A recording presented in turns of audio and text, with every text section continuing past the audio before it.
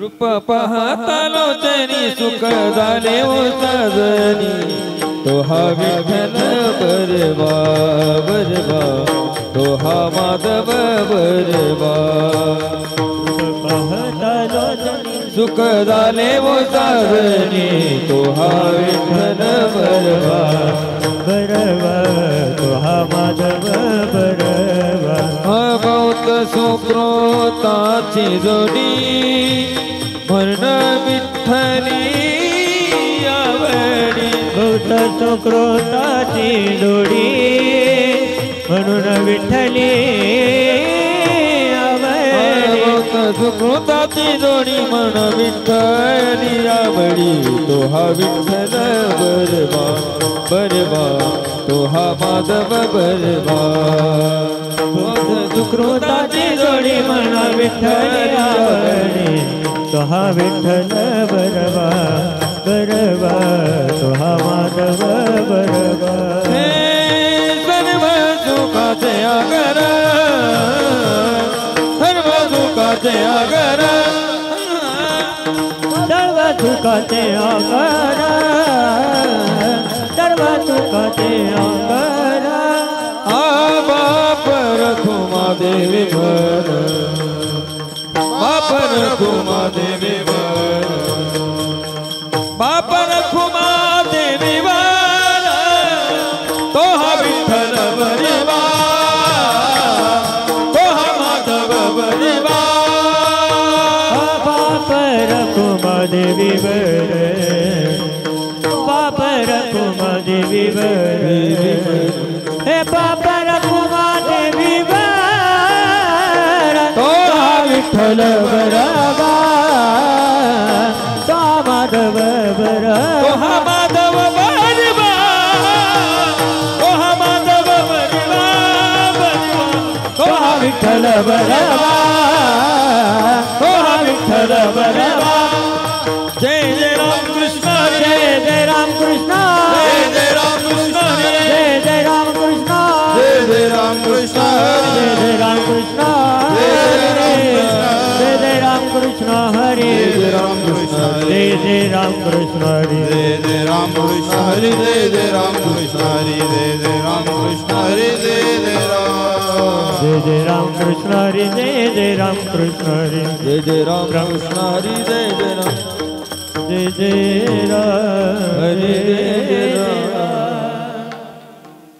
याजसाठी केला होता अट्टहास याजसाठी केला बोटाट याजसाठी केला होता अट्टहास यादसाठी केला बोटाट शेवटचा दिवस गोड व्हावा शेवटचा दिवस गोड भावा शेवटचा दिवस गोड भावा याजसाठी केला होता अट्टहास यादसाठी केला बोटाट याजसाठी केला होता अट्टहास यादसाठी केला बोटाट शेवटचा दिवस गोड व्हावा शेवटचा दिवस गोड भावा शेवटचा दिवस गोड बाबा आता निश्चिंतीने पावलो विसावा आता निश्चिंतीने पावलो विसावा आता निश्चिंतीने पावलो विसावा आता निश्चिंतीने पावलो कुंडलिया धावा तृष्णेची या कुंडलिया धावा तृष्णेची या धावा तृष्णेची या कवतुक वाटे झाली यावेचा कवतुक वाटे झाली कवतुक वाटे झाली यावेचाचे वाटे झाली यावेचाचे नाममंगळाचे ते निघुने मंगळाचे ते गुणे ते गुणे आता निश्चिंतीने पावलो विसावा आता निश्चिंतीने पावलो विसावा आता निश्चिंतीने पावलो विसावा आता निश्चिंतीने पावलो विसावा कुंडलिया धावा तृष्णेची या कुंडलिया धावा तृष्णेने जिया कुंडलिया धावा तृष्णेने जिया तुका म्हणे मुक्ती परनिली नोवरी तुका म्हणे मुक्ती परनिली नोवरी तुका म्हणे मुक्ती परनिली नोवरी तुका म्हणे मुक्ती परनिली नोवरी आता दिवस चारी खेळी मेळी आता दिवस चारी खेळी मेळी आता दिवस चारी खेळी मेळी आता निश्चिंतीने पावलो विसावा आता निश्चिंतीने पावलो विसावा आता निश्चिंतीने पावलो विसावा निश्चिंतीने पावलो विसावा कुंडलिया धावा तृष्णेजिया धावा तृष्णेजिया कुंडलिया धावा तृष्णेजिया बार घुमाए बार घुमाए बार घुमाए बार घुमाए बार घुमाए बार घुमाए बार घुमाए बार घुमाए बार घुमाए बार घुमाए रघुमा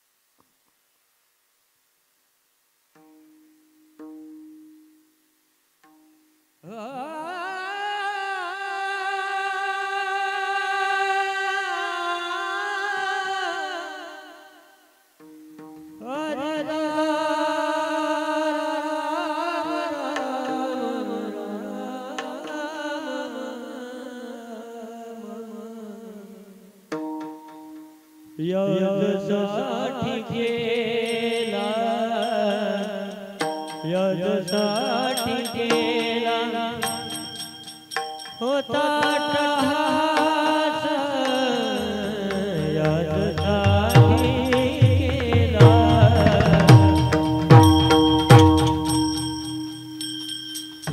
यजसाठी केला यजसाठी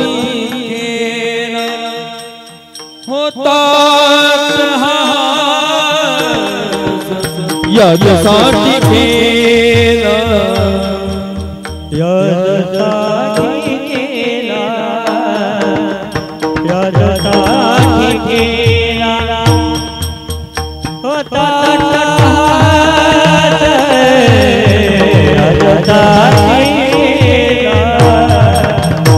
यजसाठी केला यजसाठी केला होता यजसाठी केला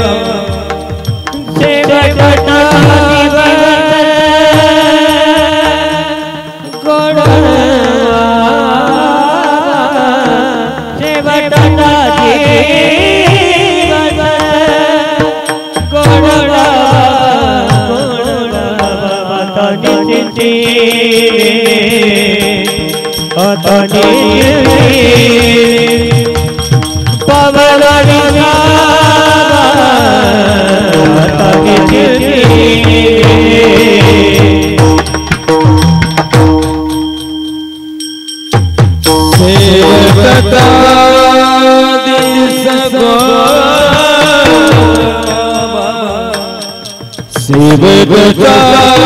सेवकता जिस गुण आता निश्चिती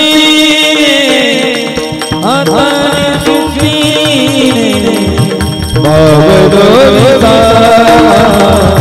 बाबरो सा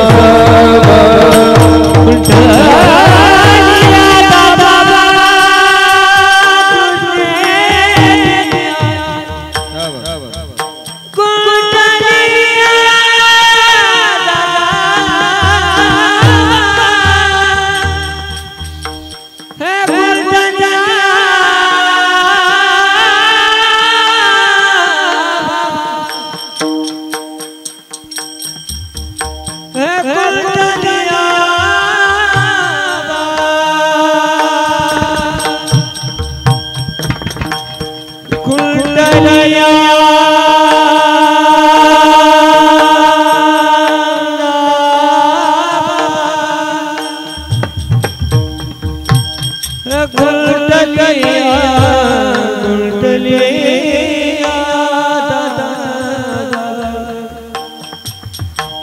कुंडलिया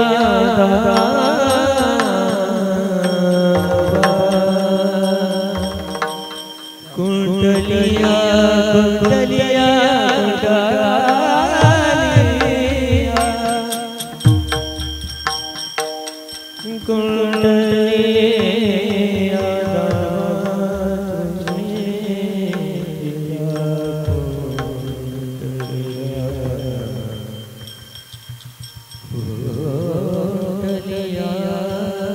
कुंडलिया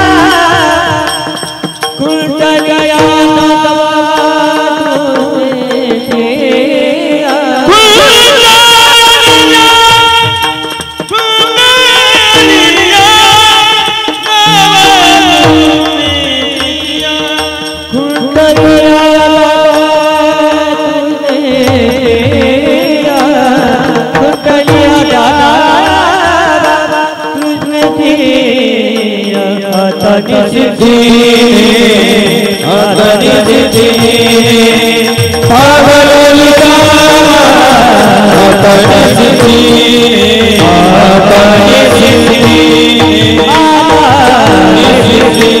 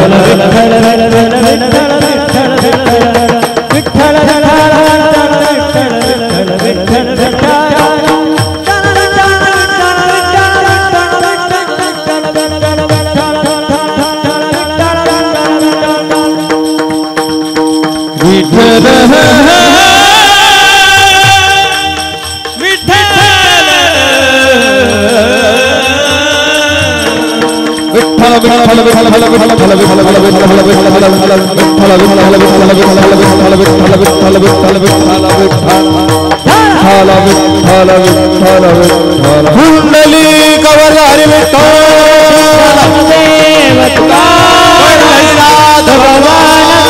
माऊली ज्ञानेश्वर महाराज जगद्गुरु तुकाराम महाराज संत श्रेष्ठ निवृत्तीनाथ महाराज सद्गुरु जोग महाराज छत्रपती शिवाजी महाराज धर्मवीर संभाजी महाराज हर हर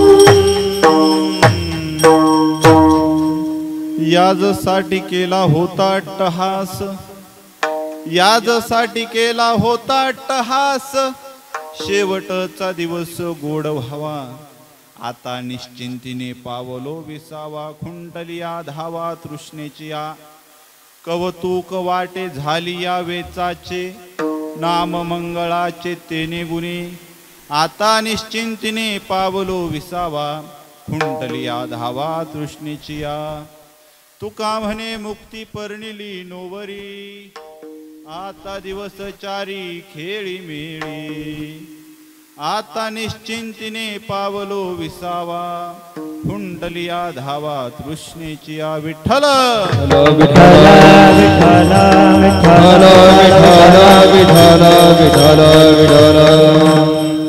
योऽन्त प्रवेशमं वाज्मिमां प्रसुप्तां संजीवयत्यखिल शक्तिधर स्वधाम्नाम् अन्यांश्च हस्तचरण श्रवण त्वकाधीन प्राणान्नमो भगवते पुरुषाय तुभ्यं पांडुरंगा करो प्रथम नमन पांडुरंगा करो प्रथम नमन पांडुरंगा करो प्रथम नमन पांडुरंगा करो प्रथम नमन दूसरे चरण संताचिया दुसरे चरण संताचिया दुसरे चरण संताचिया त्यांच्या उपादाने कथेचा विस्तारू बाबाजी सद्गुरु दास तुका बाबाजी सद्गुरु त्यांच्या उपादाने कथेचा विस्तारू बाबाजी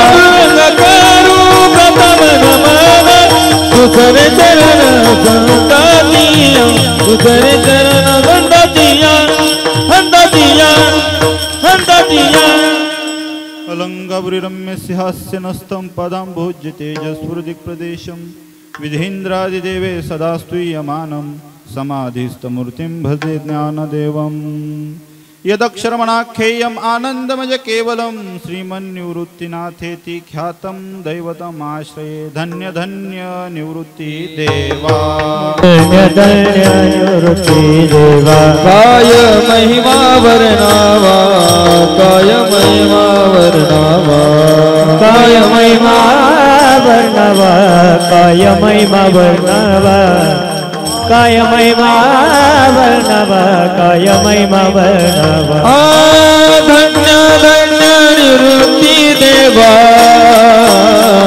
काय महिमा वर्णव शिव अवतार धरोनी केले ते रक्त पावन धन्य धन्य निवृत्ती देवा काय महिमा वर्णव शिव अवतार धरून पावन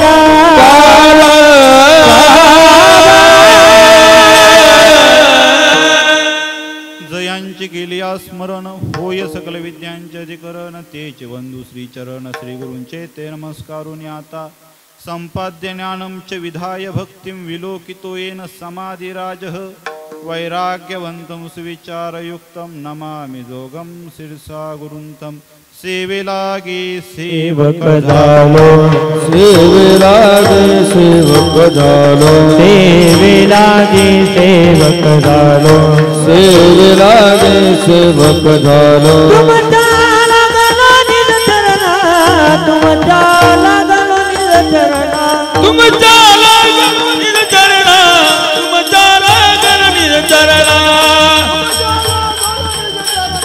तुमच्या लागलो निज चरणा सेवेलागी सेवक झालो तुमच्या लागलो निज चरणा अवो स्वामी तुकया देवा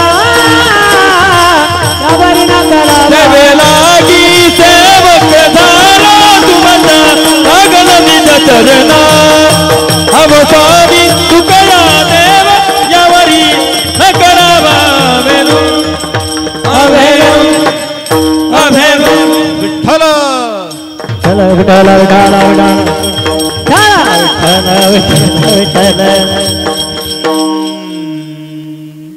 याजसाठी केला होता अट्टहास याजसाठी केला होता अट्टहास शेवटचा दिवस गोड व्हावा आता निश्चिंतीने पावलो विसावा खुंटलिया धावा तृष्णेची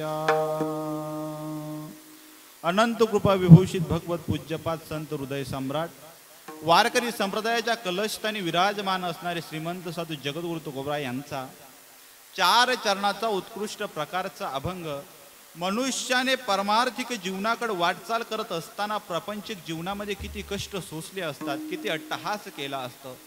साधन आणि साध्याकडे प्रवास करताना साधन काय केलं आणि साध्य काय प्राप्त केलं. साधना केल्यानंतर साध्य प्राप्त झालं, पण प्राप्त झाल्यानंतर आपली स्थिती काय झाली, आपल्याला काय फल प्राप्त झालं, याचं दिग्दर्शन, याचं मार्गदर्शन श्रीमंत साधू जगद्गुरु तुकोबराय आजच्या या अभंगातून करतात. विठ्ठल विठ्ठल विठ्ठल विठ्ठल विठ्ठल विठ्ठल विठ्ठल विठ्ठल विठ्ठल विठ्ठल विठ्ठल. हिमालयापासून सिंधू पर्यंत पसरलेल्या प्रांताला हिंदुस्थान म्हणतात.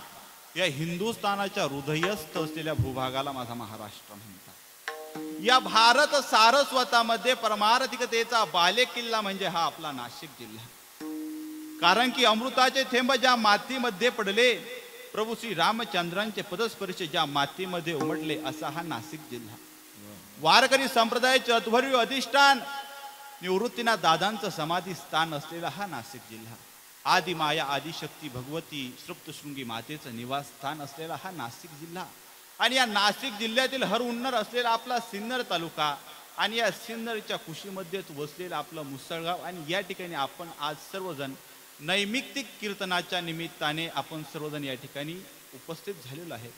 आपल्या गावातील परिसरातील नातेवाईकातील एकमेकाच्या सुखदुःखामध्ये सहभागी होण्याची नैतिकता आणि त्याच नैतिकतेचं पायिकत्व या न्यायाने आपण सर्वजण या ठिकाणी या 2 मृतात्म्यांना आज अखेरची आदरयुक्त आदरांजली, श्रद्धायुक्त श्रद्धांजली समर्पित करण्याकरता आपण इथे एकत्रित आलेला आहात. विठ्ठल विठ्ठल विठ्ठल विठ्ठल विठ्ठल विठ्ठल. चंद्रभान गंगाधर शिरसाट आणि बाबांच्या जाण्या अगोदर बाबांचा नातू सार्थक नामदेव शिरसाट या दोघांचे आपल्यातून जाणं झालेलं आहे. हे बघा, मनुष्यावर प्रेम करणारी जीवाभावाची माणसं एकदा मनुष्यापासून लांब गेली रे गेली, याच्यापेक्षा जीवनामध्ये वेगळा वनवास सांगायलाच लागणार नाही. आजोबा आणि नातू, जसं नातं जर बघितलं ना, खूप नाजूक नातं आहे. काय होतं माहिती का, जीवनामध्ये आजोबाचा सगळ्यात शेवटचा मित्र जर कोण असेल तो नातू असतो, आणि नातवाचा आयुष्यातला सगळ्यात पहिला मित्र जर कोण असेल तो आजोबा असतो.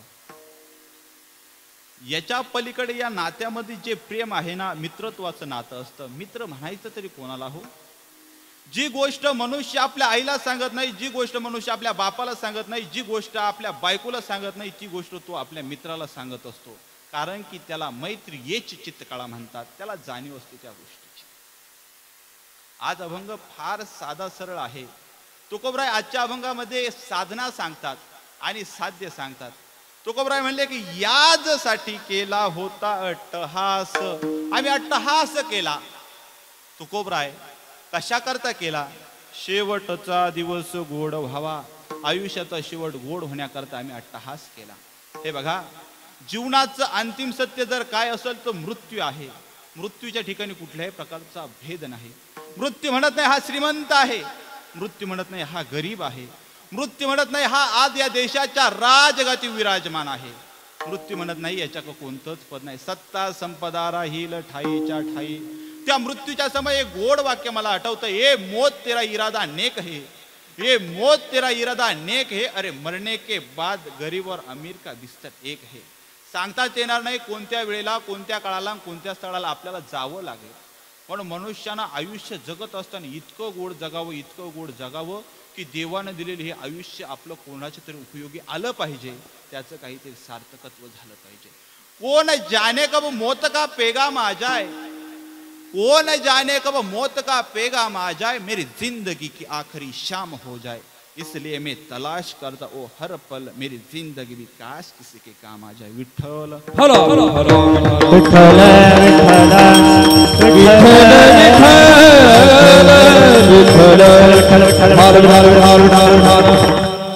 मनुष्यानं जीवनामध्ये दोन गोष्टीला कधीच विसरायचं नाही. पूज्य डोंगरोजी महाराज सांगून गेले, दो बात को मत भूलना, जो चाहे कल्याण, नारायण एक मौत को दूजो श्री भगवान. दोन गोष्टीला मनुष्यानं कधीच विसरायचं नाही. आणि जर तुम्ही या गोष्टीला विसरत असाल तर तुम्हाला थोर हानी होती.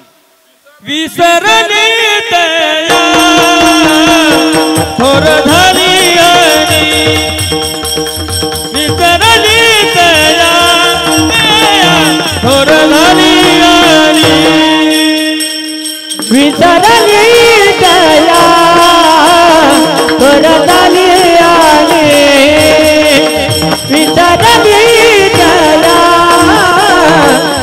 परदाली आले.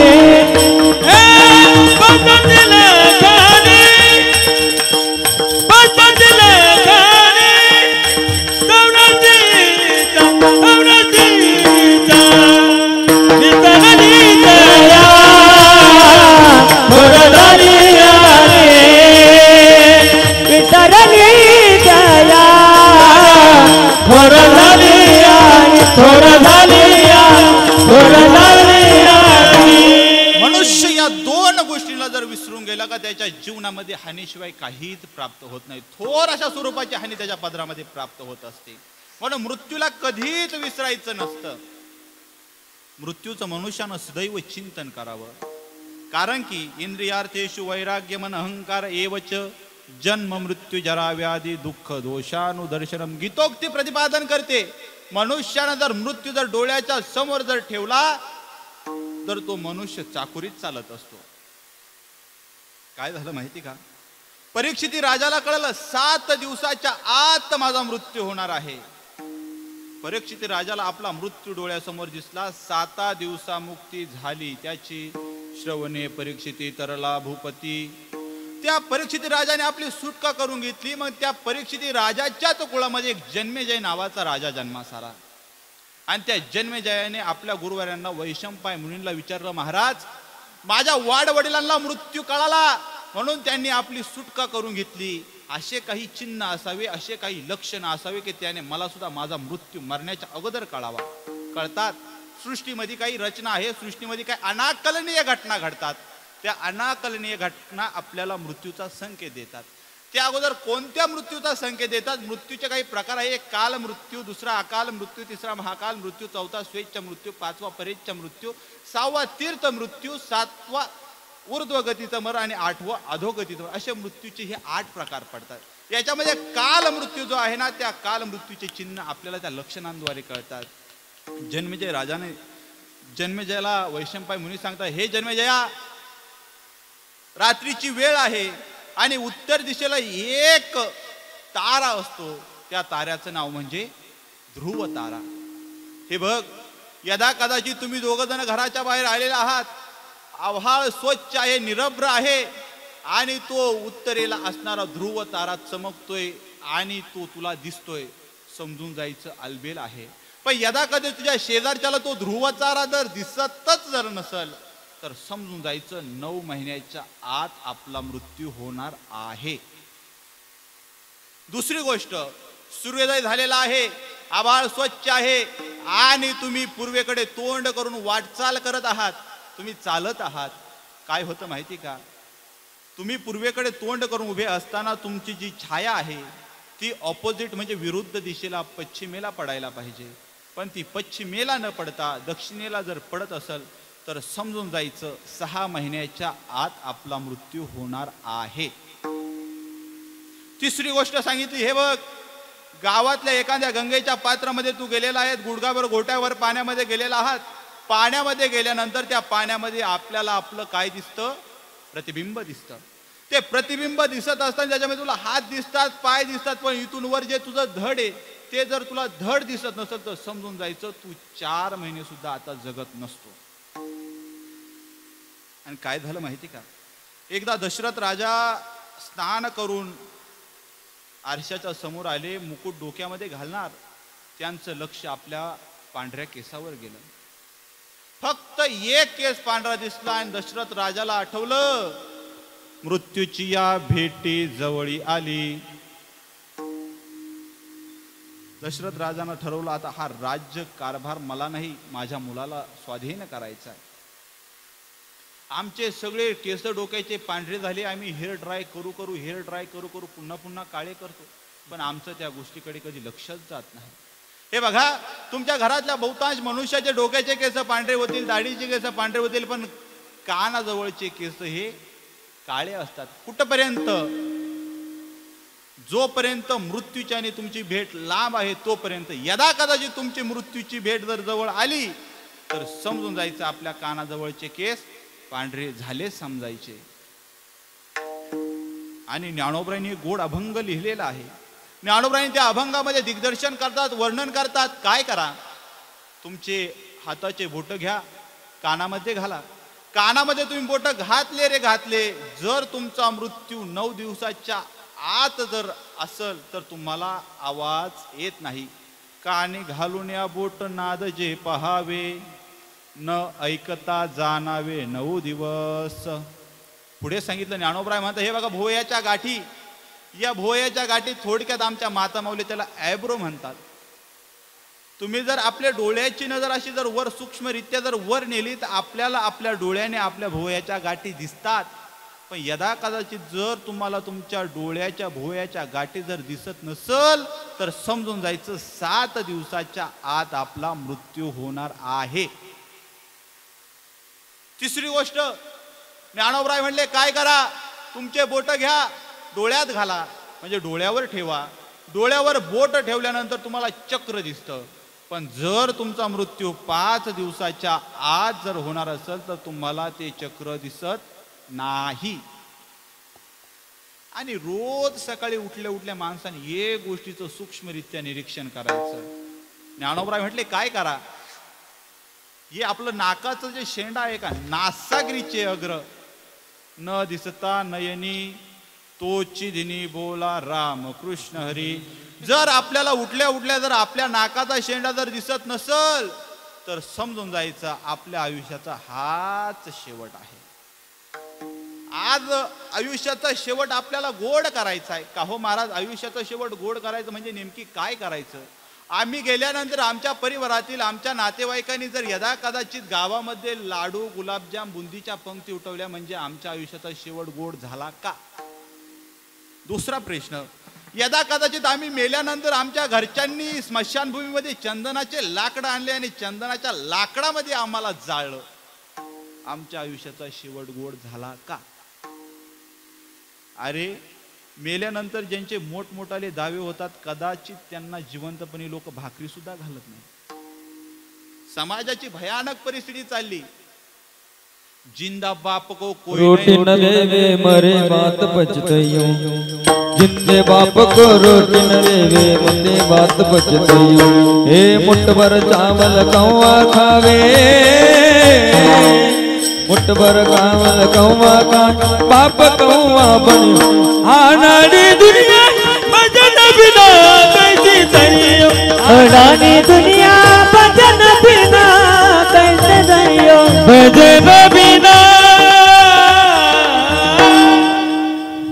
जिवंतपणे जर तुम्ही त्या मायबापाला भाकर देत नसाल आणि मेल्यानंतर कितीही मोठे दावे घातले, किती मोठे श्राद्ध घातले, त्याच्यात कुठलाही पुरुषार्थ उरत नाही. जित्या नाही अन्न मेल्यावरी पिंडदान, जित्या नाही घास आणि मेल्यावरी राखे दिस, याच्यामध्ये कुठलाही अर्थ नाही. हे बघा खरा पुरुषार्थ कशामध्ये आहे? जिवंतपणे मायबापाची सेवा करावीत, त्याही नंतर आई वडील गेल्यानंतर त्यांच्या स्मरणार्थ त्यांच्या प्रित्यर्थ ज्ञानदान अन्नदान पिंडदान करणं हे त्या पुत्राचं प्रधान कर्तव्य आहे.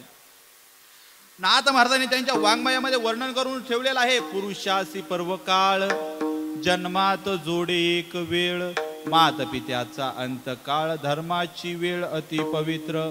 आपले आई वडील ज्या तिथीला गेले, ज्या समयोगाला गेले, त्यावेळेस आपण आई वडिलांच्या जवळ असावं आणि आपल्या स्वतःच्या हातानं त्यांना अखेरचं प्राणी द्यावं आणि त्यांना अखेरची तिलांजली करावी.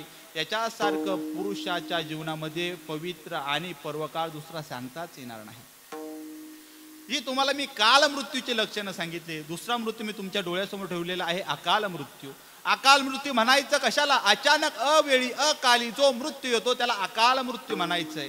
गर्भाची या परिवारी काळू घेऊसे, एखाद्या वेळेस लेकरं जन्मास आल्यावर मरतात, यात नवल नाही, कधी कधी आईच्या उदरामध्ये त्यांना अखेरचा श्वास घ्यावा लागतो. काल मृत्यू. तिसरा महाकाल मृत्यू, एकाच वेळेस संपूर्ण सृष्टीचा विध्वंस होऊन जाणे, याला महाकाल मृत्यू म्हणायचं. चौथा प्रकार मी तुमच्या डोळ्यासमोर ठेवला, स्वेच्छा मृत्यू. स्वतःच्या इच्छेनं मृत्यू येणं एवढं सोपं नाही. स्वतःच्या इच्छेनं मृत्यू येणं, एखाद्याला वाटलं स्वतःच्या इच्छेनं मरावं, मग त्याने या ठिकाणी दोरखांड लावलं आणि फाशी घेतली, त्याला स्वेच्छा मृत्यू म्हणत नाहीत. स्वेच्छा मृत्यू कसा असावा? एकदा का आपण त्या पंढरीश पांडुरंग परमात्म्याकडे स्वेच्छा केली की देवा आता मला जायचंय, ततक्षणी त्यानं यावं आणि या पंचकृत पंच महाभूतांच्या या पंचकृत शरीरातून पंच प्राण घेऊन जावं, याला म्हणायचं स्वेच्छा मृत्यू. जर आपण चिंतन जर करू गेलो तर स्वेच्छा मृत्यू आजपर्यंत कोणाकोणाला होता? संत परंपरेमध्ये शांती ब्रह्म एकनाथ महाराजांना स्वेच्छा मृत्यू होता. शांती ब्रह्म एकनाथ महाराजांनी प्राण ठेवले आणि त्यांची अंतयात्रा निघाली. तेवढ्याच गावातली एक बाई फुटफुटली, म्हणी या नाथाला आजच जायचं होतं का? माझी मुलगी मी आज कशी सासरी पाठवत होती, नाथ आजच गेले. नाथ महाराजांनी थांबा, मला जायचं नाही. नाथ महाराज परत उठून उभे राहिले. परत काही दिवसानंतर परत नाथांनी देह ठेवला आणि 4 खांदेकरी अंतयात्रा घेऊन चालले. आता मला त्या ठिकाणी बरेच जण म्हटले, हे अंतयात्रेमध्ये याच्याकरता लागतात ते भाऊबंद. भाऊबंद म्हणायचं तरी कशाला? जे जिवंतपणी माणसाला सुखानं जगू देत नाही आणि मेल्यावर ज्याच्याशिवाय जाता येत नाही त्यालाच भाऊबंद म्हणतात. ते भाऊबंद कुठले? नाथ महाराज असं कसं काय तुम्ही चालले? नाथ महाराज मला तुमच्या खांद्यावर जायचं नाही. त्यातली पुढची गोष्ट, हे 4 खांदेकरी तेव्हा सरळ चालतात जेव्हा 5वा यांच्या खांद्यावर असतो. तशी भाऊबंद नावाची जात सरळ चालतच नाही. विठ्ठल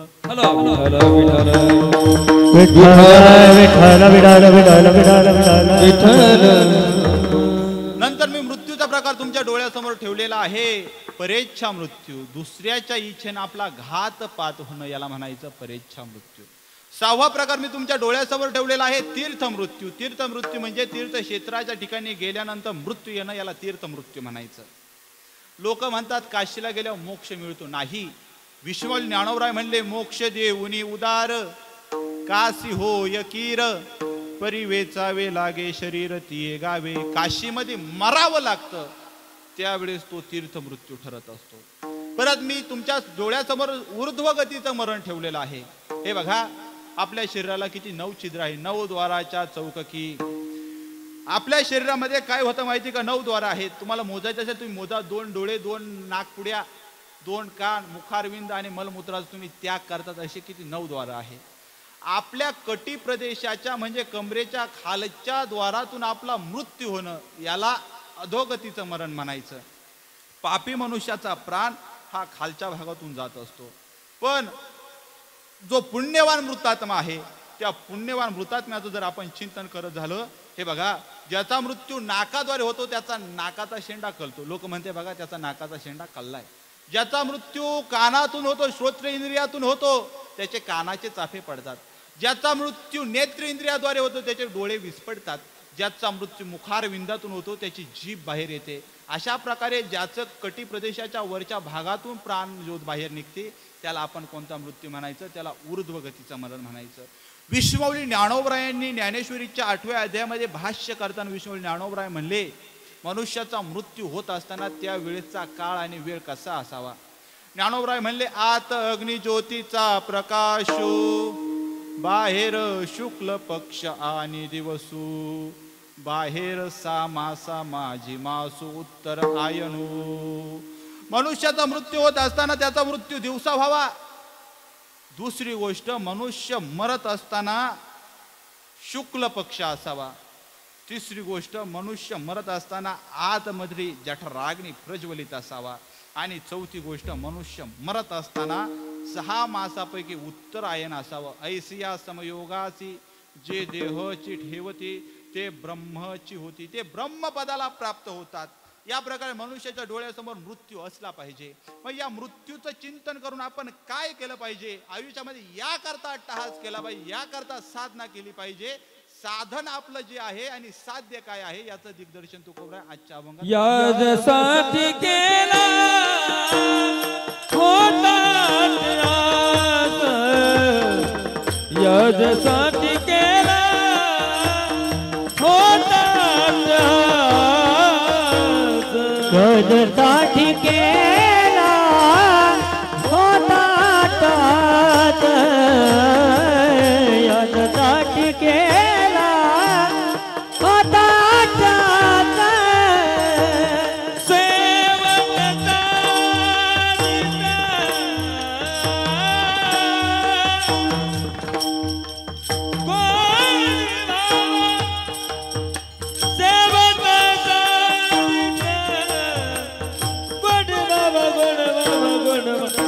तनि सिद्धीने पावलो विसावा, तनि सिद्धीने पावलो विसावा. शेवटचा दिवस कोण बाबा, शेवटचा दिवस कोण बाबा, तनि सिद्धीने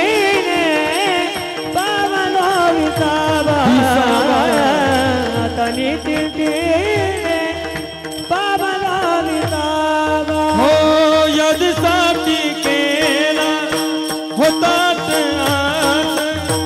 यदसाठी केला होता हात, शेवटचा दिस गोड भावा, शेवटचा दिस गोड भावा. केला होता यदसाठी केला होता शेवटचा दिस कोण बाबा, शेवटचा दिस कोण बाबा. यदसाठी केला होता यासाठी केला होता शेवटचा दिस गोड भावा. यदसाठी केला होता दादी केला होता जात शेवट दादीचा गोड बाबा शेवट दादीचा गोड बाबा गोड बाबा गोड बाबा. श्रीमंत साधू जगद्गुरु तुकोबराय आजच्या अभंगामध्ये आपल्याला साध्य सांगतात आणि साधन सांगतात. काय झालं माहिती का? परमपूज्य वैकुंठवासी जगन्नाथ अण्णा पवार सांगायचे काय होतं, हा देह आपल्याला देवाकरता मिळालेला आहे, पण हा देह लोक संसाराकरता वापरतात. थोडा किचकट विषय आहे, तुम्ही ध्यान देऊन ऐका, कान देऊन ऐका. काय होतं माहिती का? आपल्या दारामध्ये एखादा बैल असावा, तुम्ही बैलाकरता गोठा बांधतात, पण गोठ्याकरता बैल आणत नाही. बैल कशा करता आणतात? शेताकरता आणतात.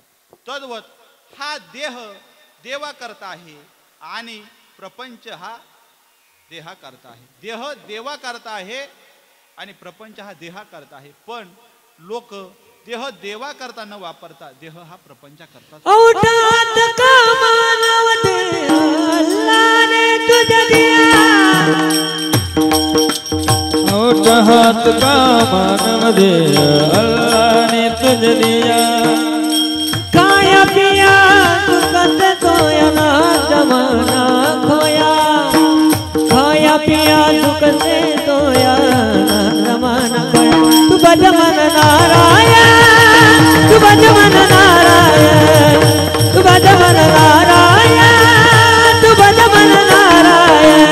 खाया पिया सुख से सोया नाग जमाना खोया खाया पिया सुख से नाग जमाना को भज मन नारायण तू भज मन नारायण तू भज मन नारायण नारायण. देवाने हे शरीर देवा करता दिलं, पण जीवानं हे शरीर देवा करता न वापरता प्रपंचा करताच वापरलं. हे बघा, तुकोबरायांच्या परमार्थिक जीवनाचं जर अवलोकन केलं तर तुकोबरायांनी आपल्या परमार्थिक जीवनामध्ये जेवढा अट्टहास केला, तुकोबराय म्हणले मी याच करता अट्टहास केला की काय माझ्या आयुष्याचा शेवट गोड झाला पाहिजे. हे बघा, आपण या ठिकाणी या वर्ष श्राद्धाच्या निमित्ताने आपण सर्वजण या ठिकाणी एकत्रित आलेले आहात. प्रसंग तसा बाकाचा आहे. काय झालं माहिती का? वर्षभरापूर्वी बाबांचं जाणं झालं आणि बाबांच्या काही दिवस अगोदर सार्थकचं जाणं झालं.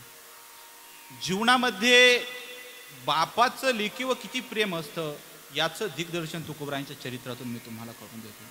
तुकोबरायांना भागीरथी नावाची एक मुलगी होती आणि तुकोबरायांनी भागीरथीचं लग्न करायचं ठरवलं. मग तुकोबरायांनी लग्न करताना विचार नाही केला. जुन्या काळातले लोक हुशार होते, ते आपल्या मुली जास्त लांब देत नव्हते. आपल्या मुली ते अशा शेजारच्या गावाला द्यायचे. देहूच्याच शेजारी असलेले येलवडी, या येलवडी या गावामध्ये तुकोबरायांनी भागीरथी बाईचा विवाह करून दिला. आणि त्या देहूतली एक महिला रोज भाजीपाला विकण्याकरता काय करायची माहिती का? टोपली घ्यायची आणि येलवडीला जायची. आणि प्रत्येक महिलेची एक गोष्ट असते, आपल्या माहेरचं कुत्र जरी दिसलं ना त्या बाईला बरं वाटतं. कुत्र जरी दिसलं तरी ती रोज त्या मावशीला आवाज द्यायची, ओ मावशी या ना, चहा पिऊन जा, पाणी घेऊन जा. ती भाजी विकणारी बाई त्या ठिकाणी यायची, चहा पाणी घ्यायची. फक्त स्वार्थ एवढाच, माझे बाबा आज काय करताय? माझ्या बाबांचं बरं आहे का? मावशी, बाबा आज काय करत होते हो? काय नाही बाबा, आज अंगणामध्ये बसून भजन करत होते. दुसऱ्या दिवशी मावशी, आज बाबा काय? बाबा आज भजन करत करत डोंगराव चाललो. असा दिनक्रम चालला होता. एक दिवस भागीरथी बाई म्हणली, मावशी बाबांना एकदा घरी पाठवून द्या, एकदा माझा हातचं जेव घालायचंय त्यांना. तुकोबराय भागीरथी बाईंच्या घरी आले आणि तुकोबराय म्हणले, भागीरथी दुसरा तिसरा काही स्वयंपाक करू नको, पण तुझ्या हातच्या शेवया एकदम चविष्ट आहे, मला तेवढ्या शेवया वेळून दे. भागीरथी बाईंनी सुंदर अशा शेवया वेळल्या, तुकोबरायांनी खाल्या. आणि भागीरथी बाईंनी प्रश्न विचारले, बाबा लोक म्हणतात तुकाराम महाराज खूप भजन करतात, खूप भजन करतात, तुकाराम महाराज आता वैकुंठाला जाणार आहे, बाबा तुम्ही मला सोडून जाणार का हो बाबा? भागे, जरी मी तुला सोडून जाणार असलो ना भागे, पण ऐक, शेवटच्या तुझ्या हातच्या शेवया खाल्याशिवाय मी वैकुंठाला जाणार नाही. भागे, नाही जाणार मी वैकुंठाला. तसं काही दिवस गेले, तुकोबराय भजन करत होते. भजन करत असताना अचानक पंढरीश पांडुरंग परमात्मा आलेले आहे. पंढरीश पांडुरंग परमात्मा तुकोबरायला म्हणजे तुकोबा चला, आणि गरुडावर बसून तुकोबराय वैकुंठाला गेले. तुकोबराय वैकुंठाला गेल्यानंतर गावामध्ये शोक झाला. ती मावशी 3-4 दिवस भाजी घेऊन विकायलाच गेली नाही. भागीरथी बाईने विचारले, मावशी 3 दिवस झाले आलीच नाही. 4थ्या दिवशी मावशी आली. मावशी का ग 3 दिवस का आली नाही? काय काय झालं 3 दिवस का आली नाही मावशी? एका बाईला सांगायचं तुझा बाप मेलाय. एवढं धाडस त्या मावशीच्या उरामध्ये होईना. नाही इलाज केला, हृदयावर दगड ठेवलं आणि सांगितलं, भागे तू कवा गेले बर का? हे शब्द ज्या वेळेस भागीरथीच्या कानावर पडताय, भागीरथी ओक्साबोक्सी रडते. दुःखाचा डोंगर उराव कोसळावा, तशा भागीरथी बाई कोसळल्या. भागीरथी करी धावा बाबा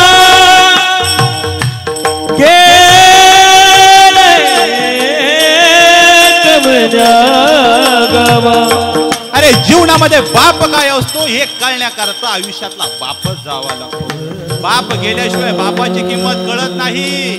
अरे जोपर्यंत ज्याला बाप आहे ना त्याच्याकरता बाप नश्वर असतो, पण ऐका ना, ज्याचा बाप गेलाय ना त्याच्याकरता तो बाप ईश्वर असतो. अरे जिवंतपणी बाप कळत नाही, त्याच्या जीवनाला अर्थ नाही, त्याचं जीवन व्यर्थ आहे. आणि ज्याला आपला बाप जिवंतपणे कळाला ना त्याच्या जीवनाला अर्थ आहे. बाप काय असतो बाबा शब्दामध्ये व्यक्त करता येणार नाही, बाप शब्दामध्ये सांगता येणार नाही.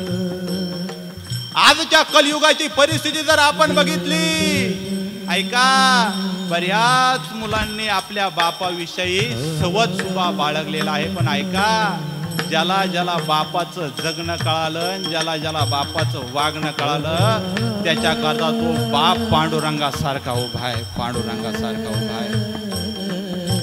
बाबा गेले भागीरथी करी धावा ओ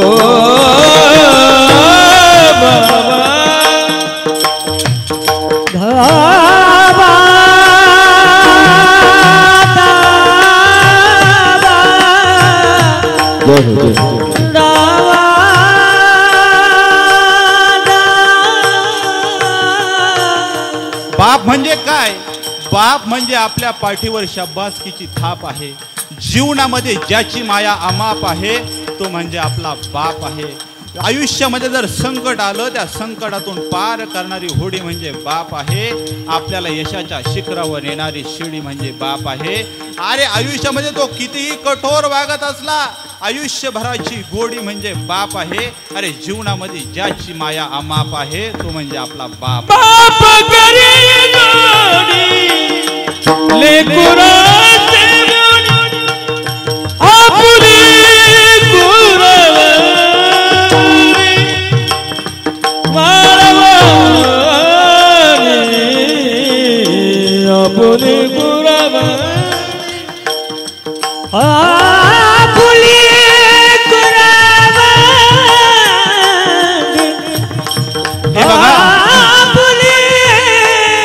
प्रत्येकानं आपल्या डोळ्यासमोर आपला बाप आणा. आपला बाप आपल्या लेकीवर किती प्रेम करतो. तुकोबराईने आपली मुलगी शेजारच्या गावी का दिली हे बघा. या चंद्रभान बाबांनी सुद्धा आपली मुलगी शेजारच्या गावामध्ये कुंदेवाडीतच दिली. कारण की ह्या माणसांना माहिती, ज्या वेळेस आम्ही जाऊ ना, ज्या वेळेस आमच्या शरीरातून प्राण जाईल ना, आमच्या उशाजवळ आमच्याजवळ बसायला माझी लेक सगळ्यात पहिली आली पाहिजे. माझी लेक सगळ्यात. अहो कितीही कठोर काळजाची माणसं असून द्या, कितीही कठोर काळजाची माणसं असू द्या, पण ऐका, ज्या वेळेस एकुलती एक त्या मेलेल्या बापाच्या अंगणामध्ये येते, गाडीतून पाय खाली ठेवते आणि त्या डोळ्यातले आसव पाहून प्रत्येकाच्या डोळ्याला अश्वाच्या धारा लागल्याशिवाय राहत नाही. अश्वाच्या धारा लागल्याशिवाय राहत नाही. भागीरथी करी धावा बाबा गेले कोण्या गावा. भागीरथी करी धावा बाबा गेले कवण्या गावा. बाबा गेले कवण्या गावा. बाबा गेले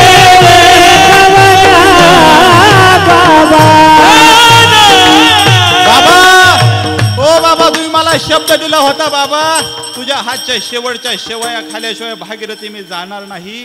बाबा तुम्ही कसे काय मला सोडून गेले बाबा? तुम्ही जोपर्यंत येत नाही ना तोपर्यंत ही भागीरथी अन्नाचा कणही घेणार नाही आणि श्वासही घेणार नाही. तुकोबराय ध्यानस्थ होते आणि तुकोबरायला आठवलं मी सगळ्यांच्या इच्छा पूर्ण केल्या पण माझ्या भागीरथीची इच्छा मी पूर्ण केली नाही. तुकोबराय वैकुंठावरून आले आणि भागीरथीला सांगितलं, भागीरथी माझ्याकडे वेळ नाही, तू पटकन शेवया वेळ. भागीरथी बाईने शेवया वेळल्या पण भागीरथी बाईला वाटलं याच्या तुपाची धार द्यावी पण घरामध्ये तूप नव्हतं. किमान दूध तरी द्यावं. शेजारी पाजारी भागीरथीबाई दूध मागण्याकरता गेल्या पण शेजाऱ्या पाजाऱ्याने दूध दिलं नाही. तुकोबरायने आपल्या लेकीच्या चेहऱ्यावरचा भाव ओळखला. दारामध्ये असलेल्या महादेवाच्या मंदिरासमोरच्या नंदीला हात लावला. दूध नंदीचे काढिले वेलेश्वराचे पूजले, वेलेश्वराचे पूजले. दूध नंदीचे काढिले, दूध नंदीचे काढिले, वेलेश्वराचे पूजले, वेलेश्वराचे पूजले. दूध नंदीचे काढिले, दूध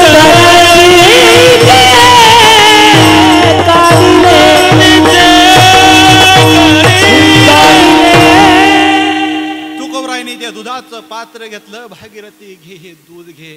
भागीरथांनी आपल्या डोळ्यामध्ये आलेले आसव आणि ते दूध तुकोबरायांच्या शेवयामध्ये टाकलं आणि तुकोबरायांनी त्या शेवया खाल्ल्या. हे बघा जीवनामध्ये जोपर्यंत बाप असतो ना तोपर्यंत तो बाप आजपर्यंत कोणालाच कळला नाही. का? प्राप्तव्य गोष्टीची किंमत जगाला नसतेच हो. ज्याला हात आहे त्याला हाताची किंमत कळत नाही, ज्याला पाय आहे त्याला पायाची किंमत कळत नाही. अरे ज्याला हात नाही त्याला विचारा हाताची किंमत, ज्याला पाय नाही त्याला विचारा पायाची किंमत, आणि ज्याच्या जीवनामध्ये मायबाप नाही ना त्याला विचारा मायबापाची किंमत. अरे काय करतात मायबाप आपल्या लेकरांकरता? अरे ज्ञानोबरायांच्या चरित्राचा विचार करा. विठ्ठलपंतांनी संन्यास आश्रमातून गृहस्थ आश्रम स्वीकारला आणि समाजानं वाळीत टाकलं. लेकरांची हेळसांड व्हायला लागली. अरे आता पाठीमाग ज्ञानोबरायांच्या मंदिराला सोन्याचा कळस बसवला 25 किलोचा. त्या ज्ञानोबरायांना या समाजानं अन्न नाही खाऊन दिलं सुईचं. अरे जे कोराण्य मिळालेलं आहे ते कोराण्य मातीमध्ये मिळावं पुन्हा भरतील म्हणून या पायानं त्या कोराण्यामध्ये माती मिसळावी इतका इतका निष्ठुर होता हा समाज. विठ्ठलपंतांना वाटलं मी केलेलं काही पाप असेल त्याची शिक्षा माझ्या लेकरांना का मिळावी, का सोसावं माझ्या लेकरांनी हे दुःख. धर्मपीठाकडे न्याय मागितला. मी चुकला असेल ना मला शिक्षा द्या, माझ्या लेकरांना का का हा त्रास, का त्यांच्या जीवनामध्ये हा वनवास. धर्मपीठानं सांगितलं विठ्ठलपंत तुम्हाला वाटतं ना या समाजानं तुमच्या लेकरांचा स्वीकार करावा, याकरता तुम्हाला एकच न्याय आहे, तुम्हाला देहांत प्रायश्चित्त घ्यावं लागेल, तुम्हाला जीव द्यावा लागेल. प्रसंग किती आनाबाका आहे. आपण मरावं आणि आपल्या लेकरांना सोन्याचे दिवस यावे याकरता आईबाप आपला जीव गेला तरी चालल, याच्या मागं पुढं बघत नाही. विठ्ठलपंत घरी आले. रुक्मिणीने विचारलं मालक मालक काय काय न्याय दिलाय धर्मपीठानं, सांगा मालक काय सांगितलंय धर्मपीठानं. रुक्मिणी 4 वर्षाची मुक्ता, 6 वर्षाचे सोपान काका, 8 वर्षाचे ज्ञानोबराय आणि 10 वर्षाचे निवृत्तीनाथ दादा यांना सुखाचे दिवस जर आणायचे असेल तर आपल्याला आपला जीव द्यावा लागणार आहे. आपल्याला आपला देह या गंगेच्या पात्रामध्ये विसर्जित करावं लागणार आहे. तरच हा समाज त्यांची मुंज करेल आणि त्यांचा स्वीकार करेल. रुक्मिणी आईसाहेब म्हणल्या मालक ठीक आहे जाऊ आपण, पण शेवटचे 2 घास माझ्या लेकरांच्या मुखामध्ये घालावं अशी माझी इच्छा आहे. रुक्मिणी आईसाहेबांनी पुरणपोळीचा स्वयंपाक केला. संध्याकाळची वेळ झाली आणि 4 भावंड जवळ घेतले. घास मोडला, मुक्ताईच्या तोंडात नेणार त्यावेळेस आठवला ही 4 वर्षाची मुक्ता. कोण आम्ही गेला तर कोण बघेल या लेकरांकर, कोण करेल या लेकरांचा स्वीकार, कोण करेल या लेकरांचा सांभाळ. अरे आपण असतानाच हा समाज एवढा त्रास देतोय, खरंच आपण गेल्यानंतर हा समाज स्वीकारेल का? पण जाऊन द्या, धर्मपीठानं सांगितलंय आपण जीव दिला तर आपल्या लेकरांना सोन्याचे दिवस जर येत असेल तर चालल, आपला जीव गेला तरी बेहतर, पण आपल्या लेकरांच्या आयुष्याची सुखाची दिवाळी आली पाहिजे. म्हणून रुक्मिणी आई साहेबांनी हुंदका आवरला आणि आपला देह गंगेच्या पात्रामध्ये विसर्जित केला. काय करतात मायबाप आपल्या करता, हे या संत चरित्रातून आणि संत वाङ्मयातून आपल्याला शिकायला मिळतं. हे बघा, या चंद्रभान बाबाने सुद्धा कष्टाने प्रपंच केला आणि ज्यावेळेस सुखाचे दिवस आले त्यावेळेस अचानक त्यांना जावं लागलं. असंच असतं, ही माणसं आयुष्यभर कष्ट उपसत असतात आणि ज्यावेळेस सुखाचे दिवस येतात त्यांनी सुखात आरामात बसावं, त्यावेळेस अचानक ही माणसं निघून जातात. आणि खूप भयंकर दुःख या परिवारानं झेललं की सार्थक सारखं या घराचं, मी सांगल सार्थकच्या रूपाने या घराचं बालपण हरवलं.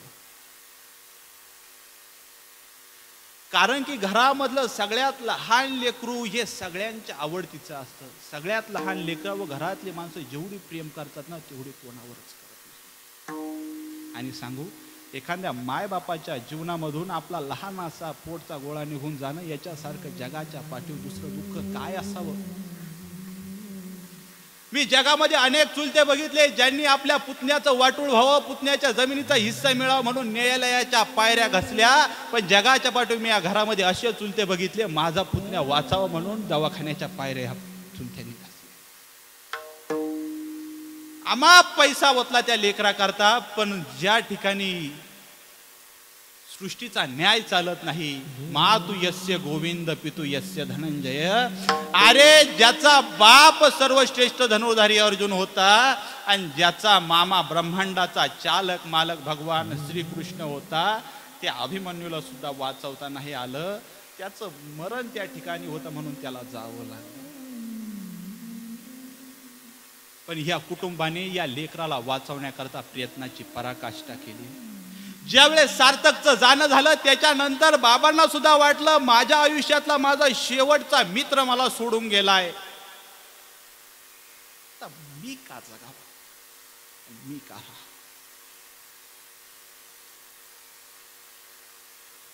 आणि या परिवारावर हा दुःखाचा डोंगर एकत्रितरित्या या ठिकाणी कोसळला.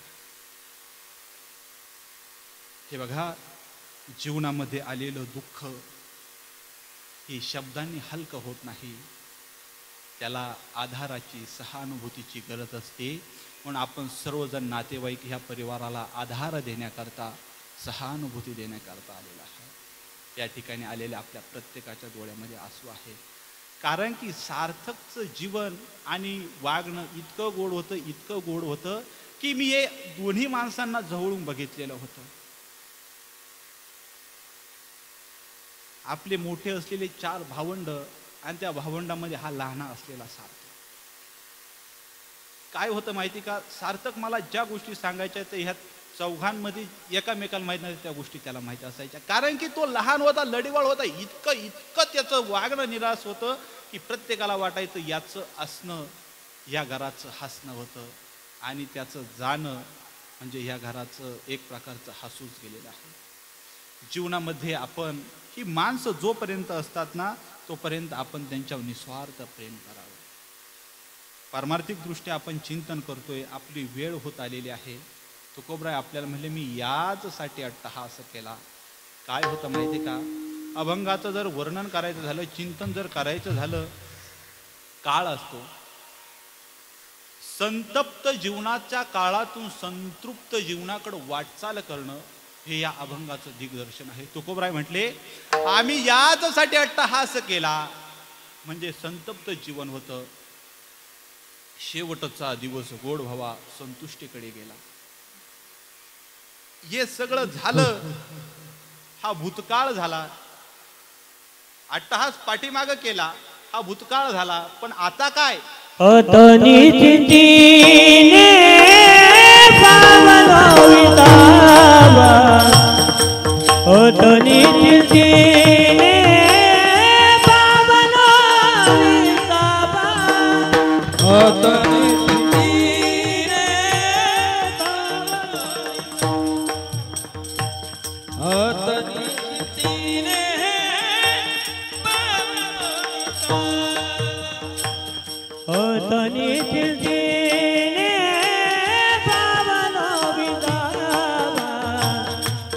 अतनी तिने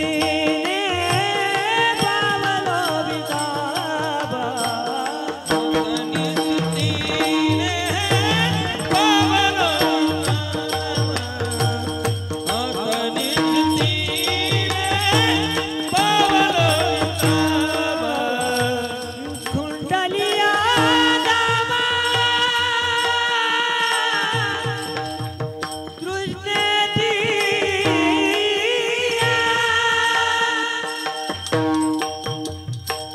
कुंडलिया दावा दृष्टेती अतनी तिने पावलो विसावा अतनी तिने पावलो विसावा कुंडलिया दावा कुंडलिया दावा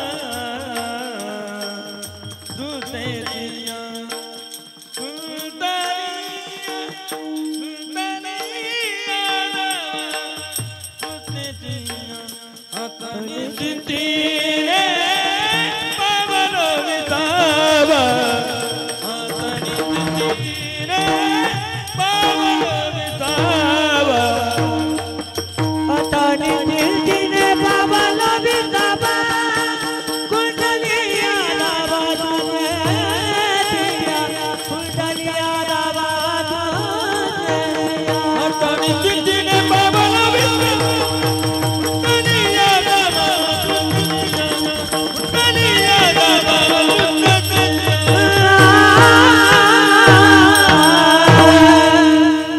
तुकोबराय म्हणले आता निश्चिंत झालो.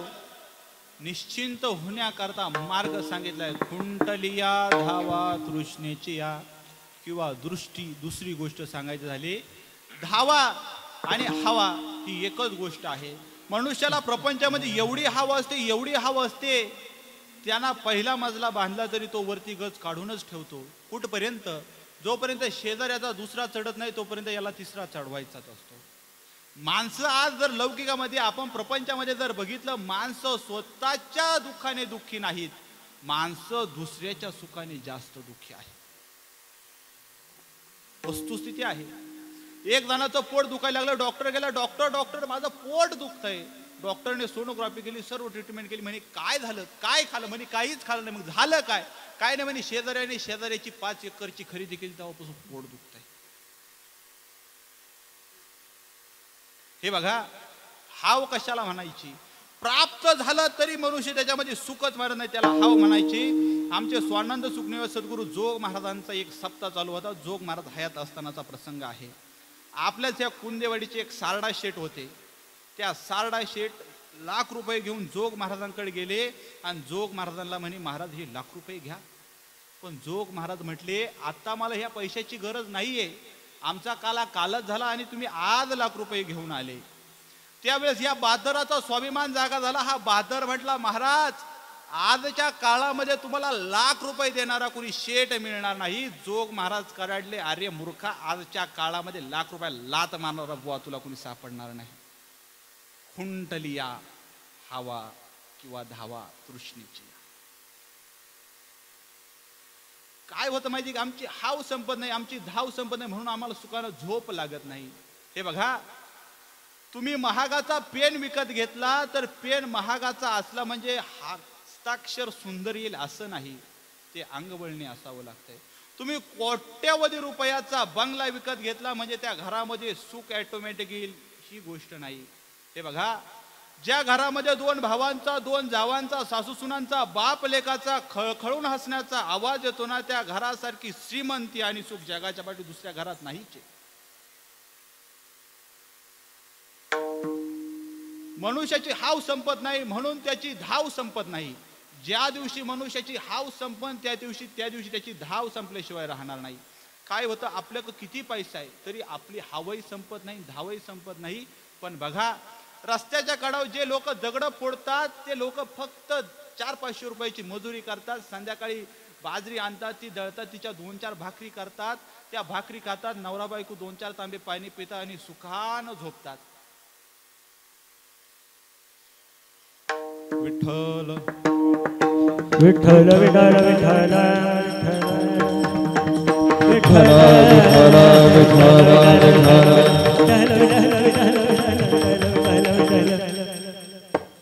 हावही संपत नाही आणि त्यामुळं धावही संपत नाही. मी तुम्हाला रस्त्याच्या कडावरचे माणसं दिवसभर कष्ट करतात आणि रात्री सुखानं झोपतात. आम्ही कितीही कष्ट करतोय, रात्रंदिवस अट्टहास करतोय, पण आमची हावही संपत नाही आणि धावही संपत नाही. तुकोबराय, तुम्ही हे सगळं साध्य कशानं केलं, याच्याकरता तुम्ही काय केलं, त्याचं दिग्दर्शन तुकोबराय तृतीय चरणात करतात. कमतुक माते झाली यावेताची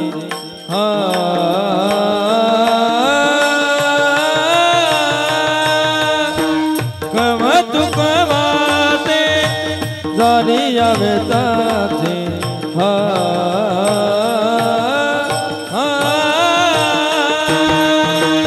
कवतुक वाटे दलिया वेदाते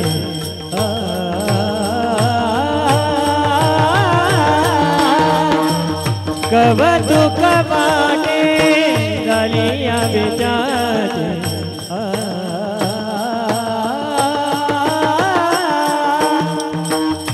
नव मंगलाते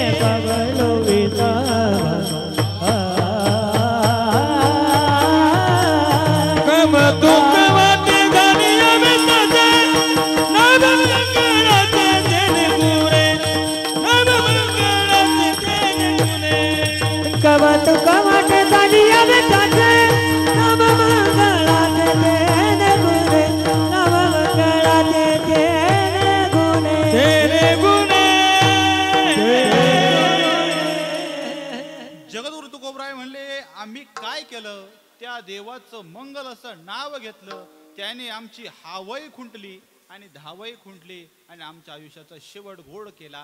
मग हे कशानं झालं? आम्ही त्या देवाचं नाव घेतलं. आता आपण सुद्धा वेळ झाला. हे बघा, पाठीमागं पावसामुळे काही व्यत्यय येतोय. आपण सर्वजण पावसात उभे आहात आणि आपला वेळही झालेला आहे. त्यामुळे आपण भजन घेत आहोत. सर्वांनी सुंदर असे उभं हात करा. तुका म्हणे मुक्ती परनिली नोबरे, तुका म्हणे मुक्ती परनिली नोबरे, तुका म्हणे परनिली नोबरे, तुका म्हणे मुक्ती मुक्ती परनिली नोबरे. आता दिवस चारे केळी वेळी केळी वेळी, आता दिवस नितीने पावलो विसावा, आता नितीने पावलो विसावा. आता दिवस चारी खेळले, आता दिवस चारी खेळले, आता नितीने पावलो विसावा, आता नितीने पावलो खुलटलिया दावा तुझे कुंडली